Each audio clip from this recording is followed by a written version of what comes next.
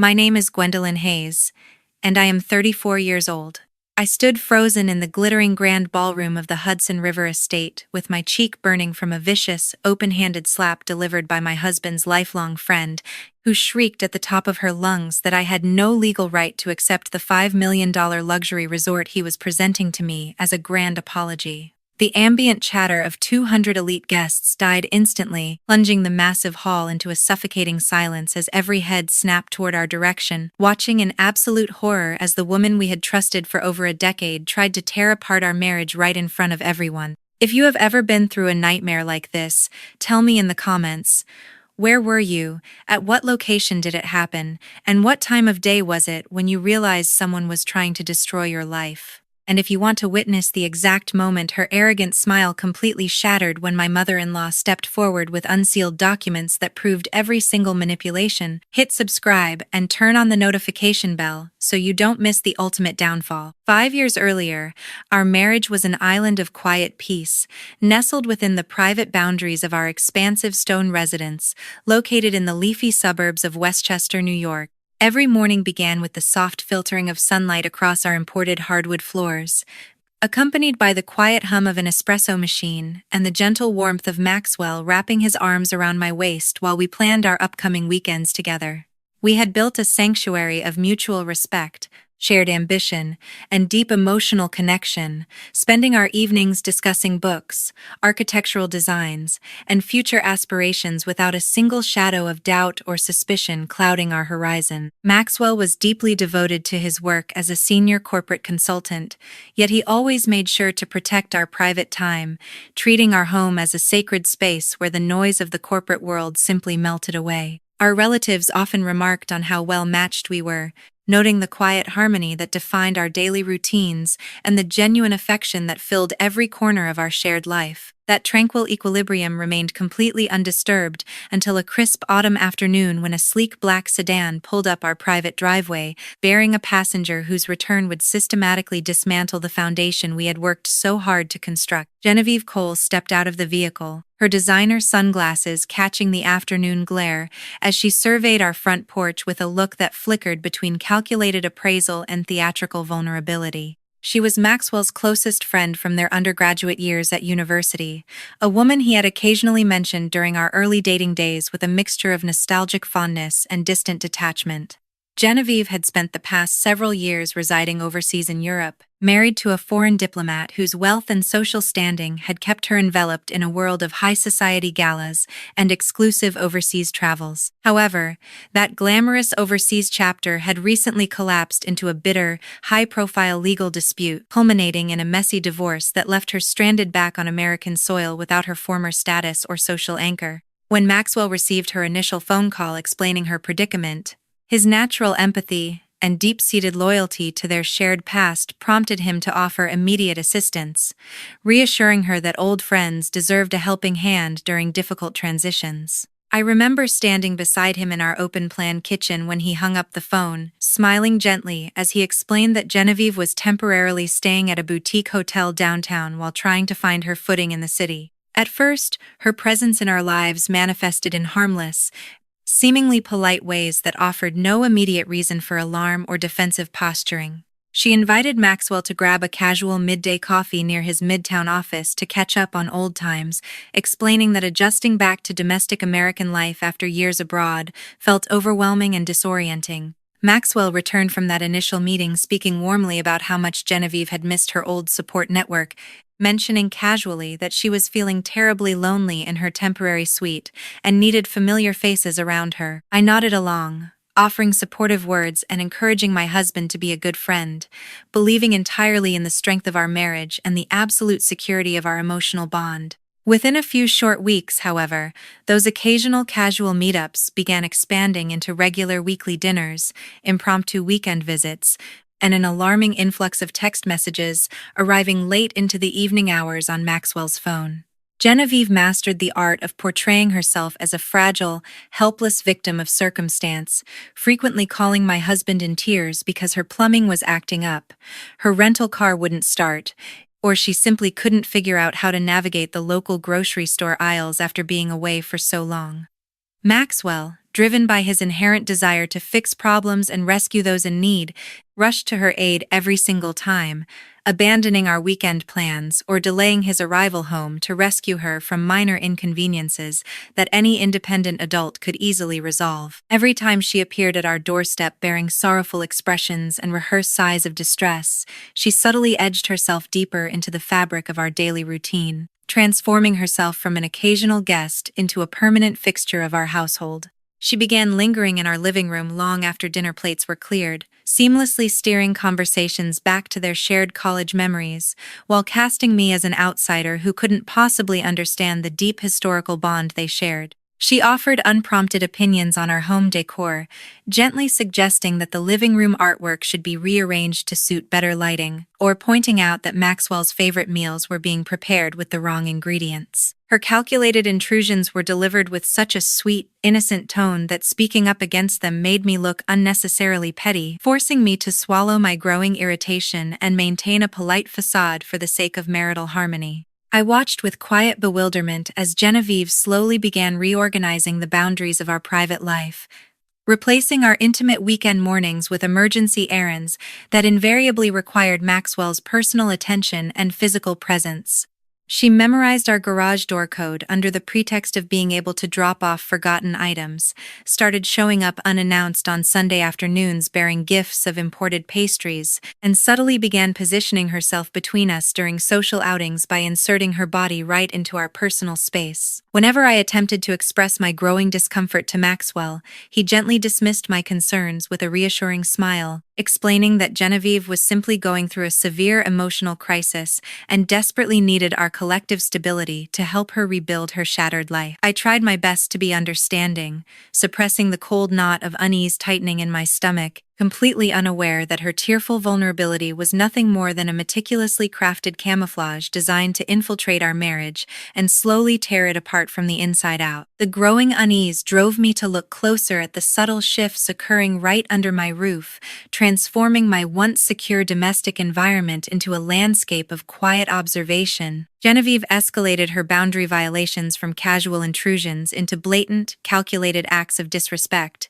designed to establish dominance within my own home. She began utilizing the garage code to walk straight into our kitchen without knocking or announcing her arrival, often appearing behind me while I was cooking with sharp, critical commentary regarding my culinary choices. Whenever Maxwell presented me with a thoughtful anniversary gift or a simple bouquet of flowers purchased during his business travels, Genevieve would sneer dismissively, telling him right in front of me that his taste had severely deteriorated and that she would have chosen something infinitely more refined. She systematically engineered social dynamics during dinner parties and neighborhood gatherings to edge me out of conversations, physically stepping between my husband and me while steering dialogue toward shared university adventures where I had no place to belong. Realizing that polite tolerance only invited further boundary erosion, I decided to stop relying on blind trust and began quietly documenting the suspicious patterns dominating our daily lives. I started paying closer attention to Maxwell's tablet notifications illuminating our bedside table late at night, noticing an alarming frequency of incoming messages from Genevieve carrying late-hour timestamps and overly familiar phrasing. When my husband stepped out of the shower or walked downstairs to make coffee, I caught him instinctively turning his phone screen downward or quickly closing browser tabs on his home office computer. Seeking an objective perspective outside my immediate environment, I arranged to meet my lifelong college friend, Allison, at a quiet downtown cafe tucked away in a bustling corner of Manhattan. Allison had always possessed a razor-sharp intuition regarding human behavior, and sitting across from her across the small marble table offered a much-needed breath of fresh air amid the mounting psychological pressure. I poured out my heart, describing how Genevieve had infiltrated our daily routines, minimized my role as a wife, and made me feel like an unwelcome guest in the very house I helped maintain. Allison listened with absolute intensity, her eyes narrowing as she processed the insidious nature of the manipulation tactics being deployed against my marriage. She leaned forward, resting her forearms on the table, and told me firmly that what I was experiencing was not mere female insecurity, but a calculated usurpation campaign orchestrated by an individual who refused to accept boundaries. She warned me that women like Genevieve relied entirely on making their victims look paranoid or dramatic when they finally reacted, advising me to gather concrete digital proof rather than engaging in emotional arguments that my husband might misinterpret. That conversation provided the emotional anchor and strategic clarity I desperately needed to stop doubting my own instincts and start protecting my marital territory. Returning to the Westchester estate that evening, I felt a cold surge of determination replace my previous vulnerability as I prepared myself to uncover the absolute truth hidden behind those innocent smiles and late-night messages. The simmering tension finally breached the surface during a high-profile corporate charity gala held inside a grand downtown hotel ballroom in Manhattan. We had arrived together as a trio because Genevieve had conveniently claimed that her vehicle was undergoing unexpected mechanical repairs, forcing Maxwell to offer her a ride in the back seat of our town car. Throughout the cocktail hour, she positioned herself relentlessly by my husband's side, casually sliding her hand under his arm and laughing loudly at corporate jokes meant exclusively for industry insiders. When the formal dinner commenced, the seating arrangement placed me directly across from them, providing an unobstructed vantage point to witness her systematic campaign of psychological erosion in real time.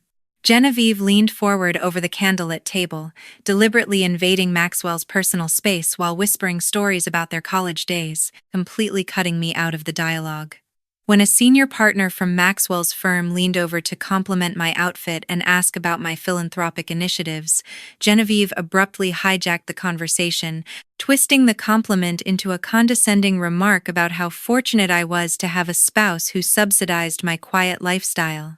That malicious public jab was the final straw that shattered my remaining shreds of patience, erasing every ounce of diplomatic restraint I had tried so hard to maintain. I set my silver fork down with a sharp, deliberate clatter against the porcelain plate, locking my gaze onto Genevieve with a cold, unyielding stare. I looked her straight in the eye and told her quietly but firmly that her continuous interference in our marriage had crossed every acceptable boundary of human decency long ago. The surrounding table chatter dwindled instantly as my sudden, pointed intervention caught several close acquaintances and senior executives entirely off guard. Genevieve blinked rapidly, her facial expressions instantly shifting into an Oscar-worthy performance of shock and profound betrayal as tears welled up in the corners of her eyes. She gasped theatrically, pressing her manicured fingertips to her chest while declaring in a trembling voice that she was merely trying to share old memories with her dearest friend after years of being apart. She turned her tearful gaze toward Maxwell, whimpering that she never expected to be publicly attacked and humiliated at a formal dinner table by a woman who apparently resented their lifelong bond. Maxwell's expression morphed from initial confusion into deep discomfort, his eyes darting frantically between my rigid posture and Genevieve's sobbing form. Driven by 15 years of deeply ingrained protective instincts and conditioned reflexes, my husband instinctively reached across the table to comfort her, murmuring soothing words to quiet her simulated distress. He looked at me with a pained, reproachful expression, asking me in a hushed, defensive whisper why I had to create an unnecessary scene in front of his professional colleagues. Hearing him validate her manipulation while rebuking my legitimate frustration sent a searing bolt of white-hot fury shooting straight through my chest. I stood up abruptly from my chair, pushing it backward against the carpeted floor with a harsh scrape that drew even more curious stares from neighboring tables. I told Maxwell right then and there that his blind loyalty to a manipulative interloper was actively destroying the foundation of our life together, warning him that he needed to choose his priorities before it was too late. Without waiting for his response or caring about the whispers of the elite crowd surrounding us, I turned on my heel and walked straight out of the ballroom, leaving them sitting together amidst the wreckage of a shattered evening. The argument erupted into the living room the very second the heavy front doors of our Westchester estate slammed shut behind us, shattering the oppressive silence of the empty foyer. I dropped my evening clutch onto the entryway console table and whirled around to face my husband, letting out all the pent-up frustration and bitter resentment I had swallowed for months. I demanded to know how he could sit across from me at a formal corporate gala and choose to comfort a manipulative intruder while treating his own wife like an unreasonable adversary. Maxwell loosened his silk tie with an aggressive jerk, his face flushing a deep shade of crimson as he fired back that my public outburst had completely embarrassed him in front of his managing directors. He paced furiously across the imported Persian rug, throwing his hands up in total disbelief and insisting that I was manufacturing a toxic drama out of an innocent, lifelong friendship. I shook my head in utter dismay, pointing out that there was nothing innocent about a woman who used her manufactured crises to infiltrate our private space, belittle my contributions, and constantly undermine our marital authority. I pressed him on the blatant lack of boundaries, reminding him of all the times she had shown up unannounced, invaded our home without permission, and expected him to drop everything to cater to her whims. Maxwell stopped pacing, narrowing his eyes as he crossed his arms over his chest and accused me of being excessively insecure, bitter, and entirely unwelcoming towards someone who was merely going through a difficult life transition. Hearing him weaponize my legitimate emotional boundaries against me and label my self-protection as jealousy sent a sharp pang of profound betrayal straight through my heart. I raised my voice, telling him that any normal husband would have prioritized his wife's comfort over the codependent demands of an ex-diplomat's cast-off wife who refused to cut the emotional cord. The heated exchange bounced back and forth across the vaulted ceilings of the formal sitting room, transforming our once peaceful sanctuary into an arena of raw emotional exhaustion and mutual accusation. We argued over her late-night messages, her calculated intrusions into our weekend schedules, and the systematic way she had managed to wedge herself between our hearts under the guise of shared nostalgia. Maxwell refused to yield an inch, digging his heels into the sand and defending her honor with a stubborn blindness that proved how deeply entrenched her psychological programming truly was within his mind. He shouted over my words, declaring that he would never abandon a friend who had stood by him during their formative college years just because I suddenly decided to throw a temper tantrum. The heavy kitchen catering staff had left a warm, untouched anniversary dinner laid out on the mahogany dining table hours earlier, but the thought of sitting down to share a meal together now felt like a sick and twisted joke. The tension in the air grew so thick and suffocating that it felt almost impossible to draw a clean breath without tasting the bitterness of our rapidly deteriorating relationship. Maxwell threw his hands down in a gesture of absolute defeat and disgust, shouting that he could no longer deal with my irrational hostility and paranoid accusations. He stormed over to the entryway closet, snatched his heavy wool coat off the hanger, and marched toward the front door with furious, heavy footsteps. I watched him in stunned silence as he grabbed the brass doorknob, wrenched the portal wide open, and stepped out into the night without offering a single word of reassurance or looking back to see the wreckage he was leaving behind. The heavy front door clicked shut with a definitive, chilling snap, echoing loudly through the massive empty hallway, and leaving me standing entirely alone in the cavernous expanse of our silent home. I sank slowly onto the edge of the velvet sofa, pulling my knees up against my chest as the cold realization of my profound isolation washed over me, leaving me to face the devastating reality of my broken marriage in the quiet dark. Seeking solace from the suffocating loneliness that weighed heavily upon my shoulders, I dialed my mother-in-law's private number late that same evening, needing a safe harbor away from the wreckage of my home. Beatrice Scott answered after the second ring, her voice carrying an immediate warmth and intuitive concern that signaled she could sense the distress vibrating through the telephone line. Without wasting a single moment on superficial pleasantries, she instructed me to pack a small overnight bag and drive directly to her historic estate located in the quiet, upscale hills overlooking the river valley. When I arrived at her doorstep 30 minutes later, Beatrice stood waiting in the warmly lit entryway, enveloping me in a tight, protective embrace that instantly melted the icy armor I had forced myself to wear. She led me into her private sunroom, poured a steaming cup of herbal tea with her own hands, and sat beside me on the plush velvet settee while urging me to share whatever was breaking my heart. I poured out every single detail of the months of psychological erosion, describing how Genevieve had weaponized her vulnerability, bypassed our domestic boundaries, and manipulated my husband into defending her wrongful actions. I choked back fresh tears as I recounted the public humiliation at the charity gala, detailing how Maxwell had chosen to soothe his childhood friend while treating my legitimate frustration like an irrational tantrum. Beatrice listened with an expression of profound gravity, her sharp eyes flashing with a fierce protective fire that revealed a woman possessing immense inner strength and sharp intellect. When I finally finished speaking, my mother-in-law reached across the cushion, placed her warm hand over mine, and offered words that completely altered the trajectory of my despair. She told me softly that I had carried an intolerable burden entirely by myself for far too long, assuring me that she was fully aware of the insidious games being played under our roof. Beatrice revealed that she had observed Genevieve's manipulative tendencies during several family gatherings months prior, noting how the younger woman constantly inserted herself into conversations and cast sideways glances loaded with hidden intent. She confessed that she had privately investigated the background of her son's so-called platonic companion through confidential corporate channels, uncovering a disturbing pattern of financial recklessness and calculated social climbing. My heart skipped a beat as Beatrice promised that she would stand firmly beside me as a solid shield, vowing to help me dismantle the web of deception before it could permanently destroy our family legacy. The profound validation I received from her unwavering support provided an immediate balm to my wounded spirit, filling me with a renewed sense of quiet confidence.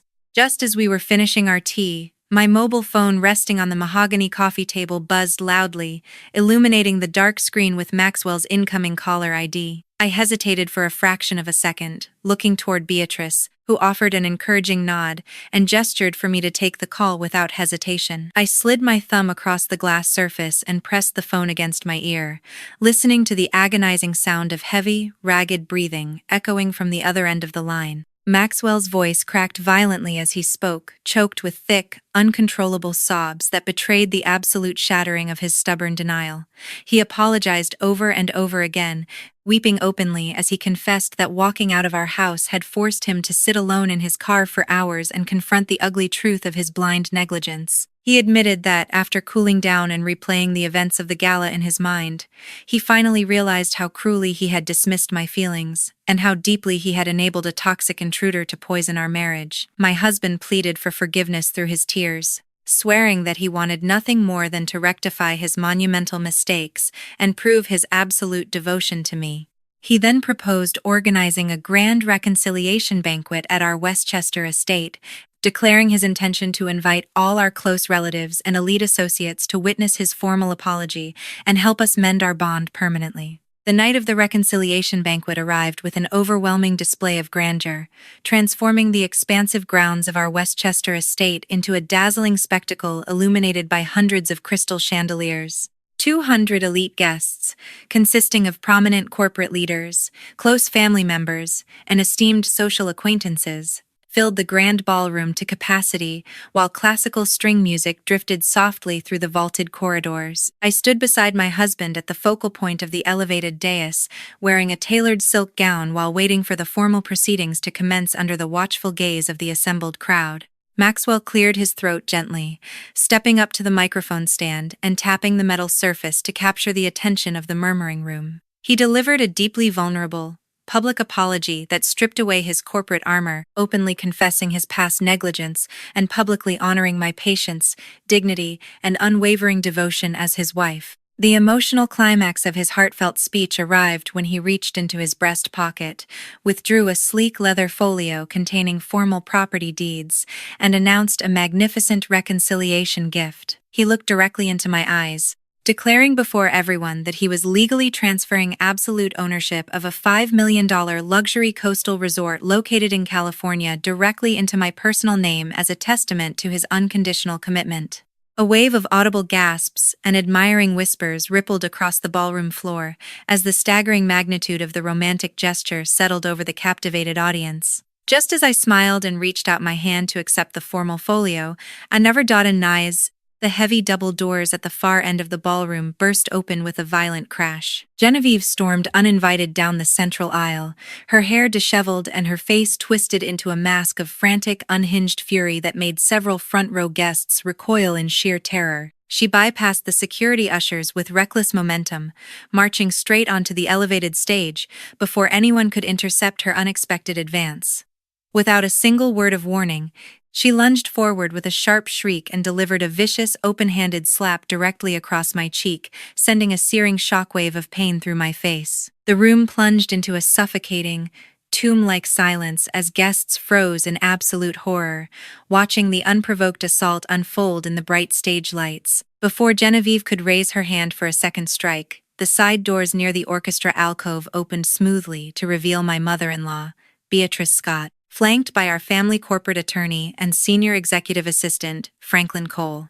Franklin carried a heavy titanium briefcase containing certified forensic copies of digital communications, bank wire logs, and covert surveillance records detailing the entire conspiracy. Beatrice stepped forward with a commanding, icy elegance, her sharp voice cutting through the heavy silence as she commanded security guards to secure the stage immediately. Two burly corporate security professionals rushed forward, firmly pinning Genevieve's arms behind her back as she thrashed and screamed obscenities, realizing her game was finally over. Beatrice motioned toward Franklin, who popped open the briefcase and projected a series of digital files onto the massive LED screens mounted behind the podium. The glowing displays instantly revealed years of fabricated emergency messages, manipulated financial transactions, and calculated psychological sabotage aimed squarely at destroying our marriage from within. The undeniable digital evidence laid bare the truth that Maxwell had been systematically manipulated through psychological conditioning,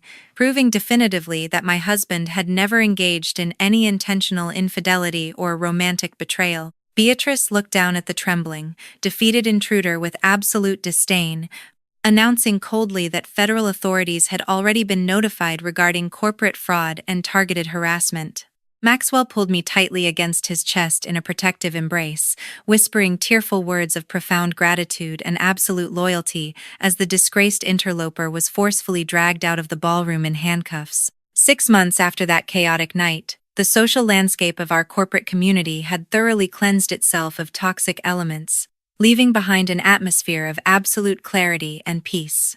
Genevieve discovered that her calculated campaign of psychological warfare carried severe real-world repercussions, resulting in total social ostracization and professional ruin across the New York metropolitan area. Her former acquaintances and elite associates distanced themselves completely once the forensic evidence of her coordinated harassment and corporate manipulation circulated through their exclusive circles. Facing mounting legal scrutiny and a permanent restraining order prohibiting any form of contact with our household, she quietly packed her belongings and relocated out of state, stripped of the prestige and social standing she had fought so desperately to maintain. Within the sanctuary of our Westchester estate, Maxwell and I underwent a profound emotional healing process that permanently strengthened the foundation of our marriage. My husband actively participated in professional counseling sessions to dismantle the deeply ingrained codependent patterns and boundary deficiencies that had previously left him vulnerable to outside manipulation.